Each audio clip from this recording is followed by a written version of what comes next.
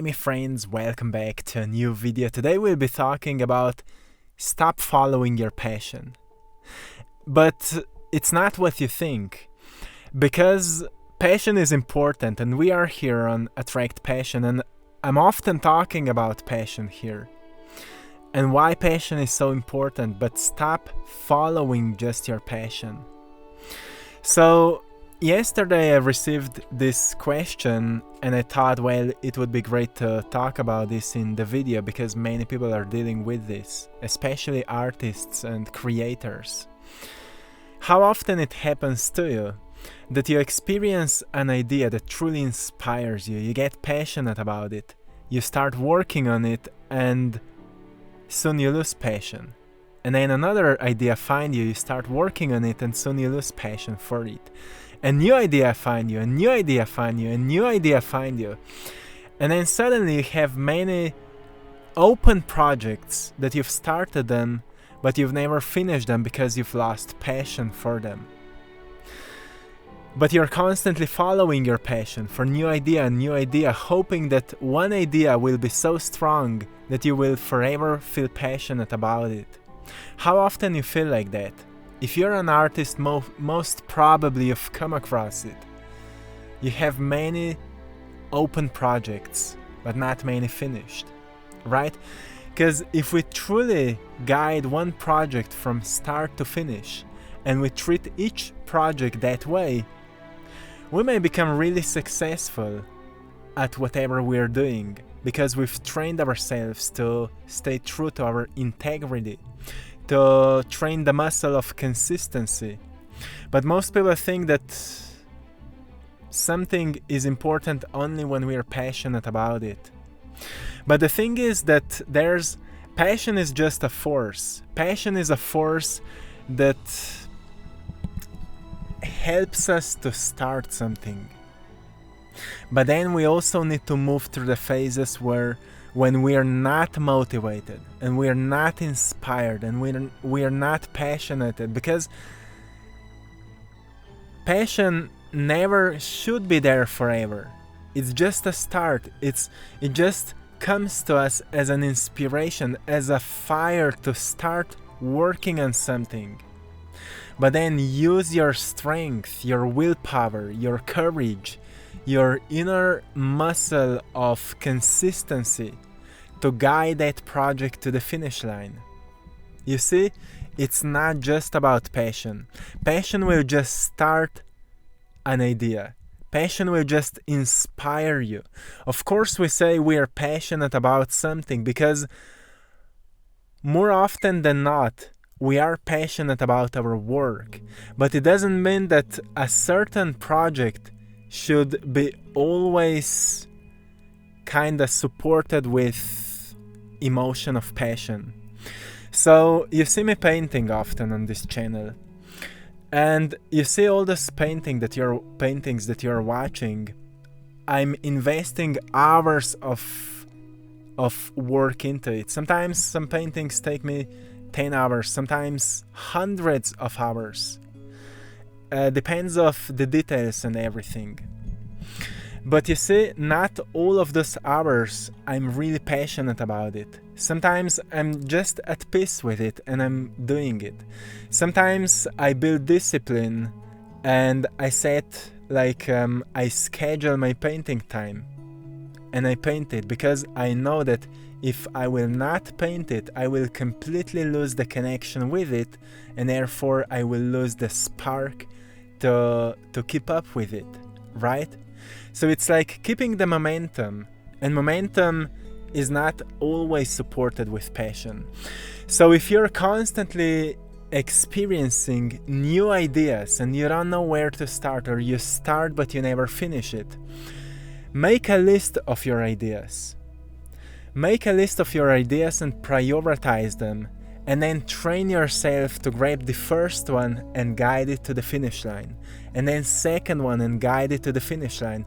What you will notice, passion will come back, fire will come back as you're willing to work on that idea from start to finish. But in between there will be phases where you will not feel so motivated to do it. That's where you need to use your willpower, and you need to use your inner motivation, like knowing why it is important to finish it. Because maybe sometimes, when we start something and it feels really great and we are so inspired, but then in the middle of the process, there are certain parts of that project that are more unpleasant.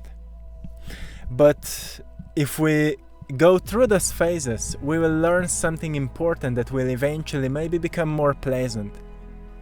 And at some point we'll say to ourselves, well, I've learned a new skill, right? Because we notice that we only have fun at something because we are skillful about it, right? We can only have fun at something when we've gained a certain level of skills that we can play with it. I'm coming from extreme sports, freestyle mountain biking, and I only started having a great fun with it when I've learned some tricks, when I've became really confident jumping with my bike. That's when the sport became really, really fun. Before that, there was a lot of hard work and willpower and consistency in it. So I came to the level where I truly started to have such a great fun. Which doesn't mean that I haven't had fun at the beginning. But when we become really skillful, that's where we become the most playful with it, right? That's why the most artists actually become the most creative in the middle of their careers, not at the beginning. Sometimes at the beginning, but in the middle or when they're truly working on the craft for a long time, they start playing with it. We can see it in music.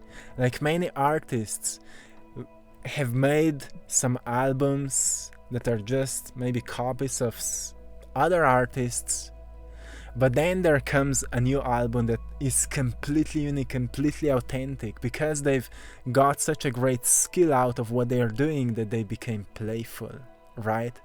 But it means that sometimes we need to push also through the phases where we are not so inspired. And we can use this knowledge for anything in our lives. Because often people wait motivation, right? Often we wait to feel motivated so we would start working out. Sometimes we feel motivated so we would clean our room or take care of certain priorities. But if we prioritize something that we know that we need to take care of and we start taking action with it, we may start to feel more motivated as we've started working on it. That's where we tap into our inner motivation, when there's no external motivation and we feel lazy, but we move our bodies. We do what practical psychologists call you shift your biology by doing something. Even if you don't feel like doing it, what will happen, you will shift your mindset, you will go out of your comfort zone, you will start moving things, and you will increase blood flow and oxygen flow in your brain, and your level of dopamine and serotonin will rise in your brain, and suddenly you will feel more focused, you will feel happier, you will feel excited because you've moved something, and suddenly you will give birth to that inner fire of inspiration, motivation, and maybe even passion to keep up with that. And at the end of the day, you will feel really confident about yourself because you've moved something, right? So sometimes we naturally feel passionate about something, but usually the purpose of passion is to bring us certain new idea, something that we truly feel inspired about, but then we need to organize that idea. We need to make some plans out of it, and we need to discipline ourselves to guide that idea to the finish line. So if you're constantly jumping from one idea to another, you have a really creative mind.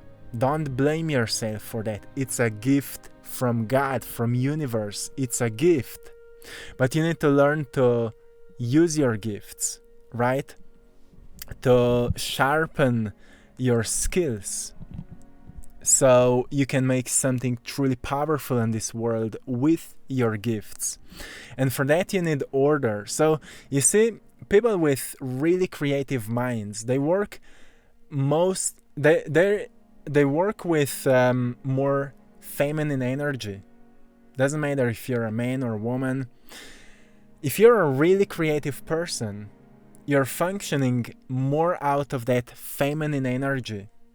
So you're more emotional usually, more sensitive, more connected to life. It's much easier for you to emotionally express yourself and so on. But then masculine aspect here is to make an order out of your creative ideas, right? Because feminine aspect is causing disorder. It's like a field of all those infinite creative ideas. But then masculine energy is required here to make an order out of your creative mind, to ground your ideas, to prioritize them, make a plan and guide it from the start to finish. That's something I needed to learn in my life so I can make those daily videos and art and all other things I'm working in the background on. And that's where you will experience a balance between feminine and masculine energy, and once a person is energetically in balance, that person becomes really, really strong and powerful. And that's when manifestations will start happening like crazy. So stop just following your passion. Use your passion to start something, but then also use your willpower and ability to organize things. I want to remind you, if you have a really creative mind, learn to schedule things. Use calendar and learn to schedule things. Learn to schedule ideas. So when you schedule something, you will also do it. And then make sure that you stay true to yourself. That's a virtue of integrity, that you stay true to yourself. What you say to yourself, you will do. That will give a great rise of self-confidence, right? A great rise of self-confidence. Because you will notice, well, I said I will do that, and I did it. Oh, I'm so great. Right? So don't be just good, be great. Right? So my friends, I hope this is helpful for all of you creative people out there. I hope this can help you to truly bring your greatness to this world, because you are great. Your soul, oh man, it's incredible.